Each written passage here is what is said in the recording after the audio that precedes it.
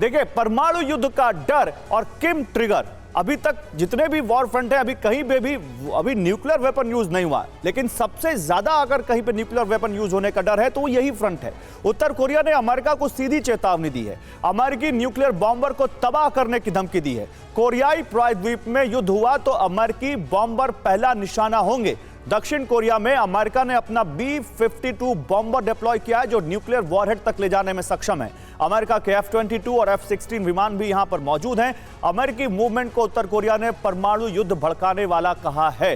Professor Rajan Kumar, जल्दी से यह कहा जा रहा है कि आप ज्यादा बेहतर जानते हैं, लेकिन जितने भी एक्सपर्ट से बात करो वो कहते हैं कि अगर सबसे ज्यादा परमाणु युद्ध गिरने का खतरा कहीं है तो यही है, north Korea versus south Korea. अब ये नॉर्थ कोरिया के बयान को आप कैसे देखते हैं? अगला अगर अभी देख रहे हैं कि सब जगह पे अपने प्रॉक्सी के माध्यम से सब उकसाने की कोशिश कर रहा है। आपने देखा कि किस ढंग से ईरान ने हमास के माध्यम से यहाँ पे कोशिश किया है और अमेरिका की स्थिति, अमेरिका कई जगहों पे उलझता जा रहा है और उससे निकलना उसके लिए काफी मुश्किल हो रहा है। और नॉर्थ कोरिया में दिक्कत यह है कि नॉर्थ कोरिया के पास मिसाइल की काफी क्षमता है, उसके पास न्यूक्लियर पावर भी है अभी, और चीन और रूस अभी सपोर्ट भी करेगा। तो वैसे में वो एक बहुत ही पावरफुल एक अमेरिकन रेजिस्टेंस के रूप में वहां पे आ रहा है और काफी हॉट स्पॉट बनता जा रहा है और वहां पे संभावना है कि वहां पे भी इस ढंग की घटना आगे बढ़ सकती है। वहां पे या साउथ चाइना सी में तो चूंकि डायरेक्ट अमेरिका के इन्वॉल्वमेंट की बात है तो वहां फिर भी संभावना कम है, लेकिन नॉर्थ कोरिया चूंकि एक चीन भी उसको उकसाएगा और अमेरिका भी साउथ कोरिया के माध्यम से वहां पे लड़ने की कोशिश करेगा और जापान के माध्यम, तो वहां पे संभावना काफी बनती है। क्योंकि अभी का जो युद्ध हो रहा है आप सारी जगहों पे देखें तो एक तरह से प्रॉक्सी वॉर का युद्ध हो गया। तो वैसे में वहां वो काफी हॉटस्पॉट है और न्यूक्लियर की संभावना। कैन वी से north Korea is a proxy? क्या हम ये कह सकते हैं कि वो प्रॉक्सी है?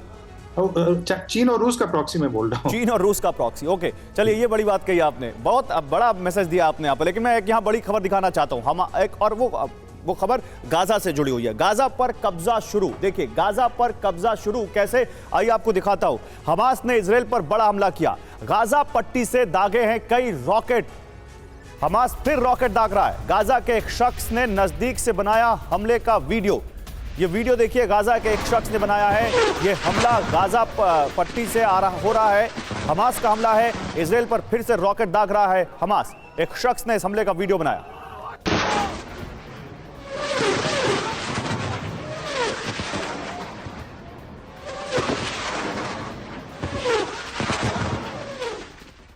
उधर गाजा पट्टी के भीड़भाड़ वाले इलाके में बमबारी हुई है। नुसीरत बाजार में आईडीएफ के बम गिरे, जान बचाने के लिए लोग भागते नजर आए। गाजा पट्टी का यह भीड़भाड़ वाला इलाका है नुसीरत बाजार, जहां पर इजराइल डिफेंस फोर्स के बम गिरे।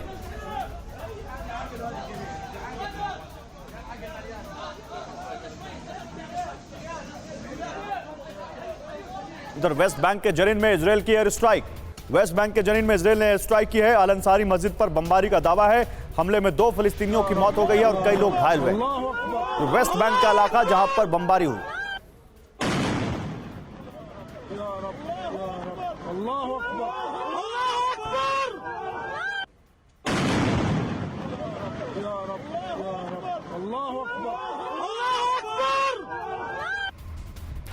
उधर जेनिन में अल अंसार मस्जिद पर हमला हुआ है। मस्जिद में था हमास का अंडरग्राउंड ठिकाना। इजरायली सेना और शीन बेट का यह ज्वाइंट ऑपरेशन है। यह वो मस्जिद है जिसके अंदर, जिसके नीचे हमास का अंडरग्राउंड ठिकाना है, ऐसा कहा जा रहा है, जिसके बाद इजराइल ने इस पर हमला किया। यह ज्वाइंट ऑपरेशन इजराइल की सेना और शीन बेट का।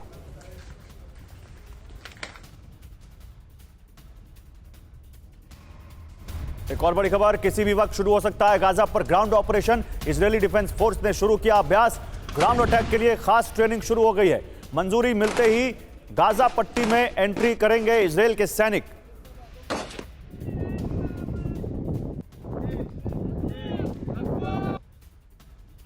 सुमित के पास चलते हैं। सुमित इस वक्त हमारे साथ हैं। सुमित, ये स्पेशल ट्रेनिंग क्या है? किस तरह की ट्रेनिंग है इजरायली सैनिकों को दी जा रही है ताकि वो वहां पर गाजा में हमास का सामना कर सकें?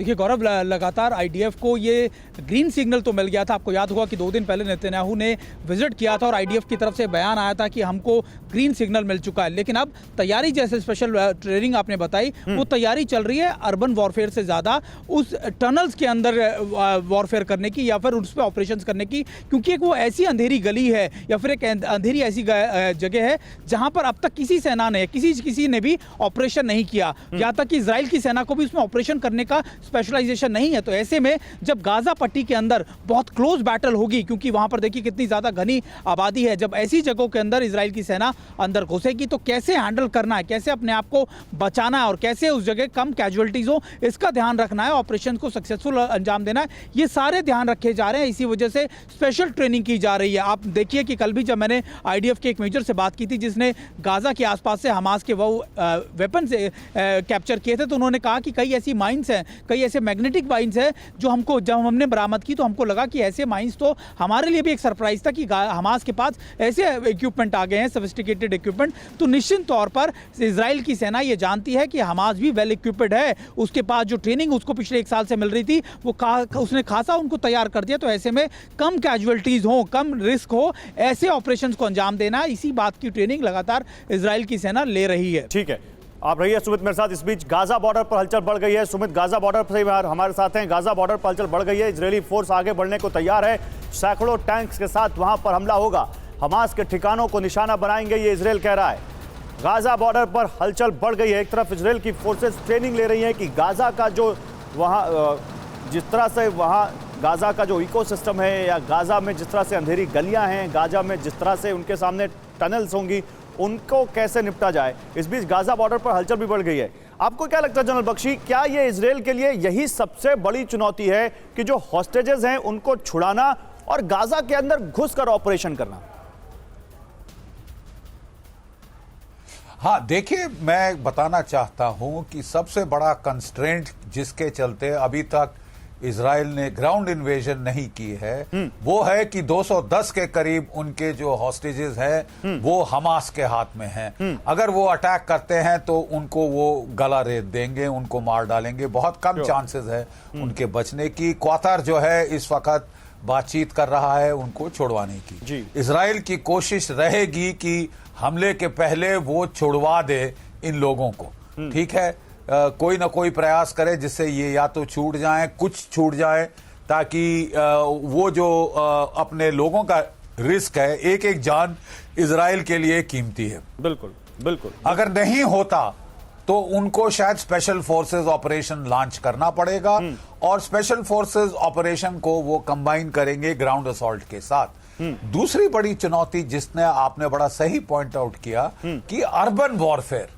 आपने देखा किस तरह जब कीव में लड़ाई हो रही थी और खारकीव में लड़ाई हो रही थी, बड़े बड़े शहरों में लड़ाई हो रही थी, मेलिटोपोल में कितना बहुत नुकसान होता है हमलावर का ऐसी बिल्ट अप अर्बन टेरेन के अंदर। और हमास इसके लिए प्रिपेयर्ड है।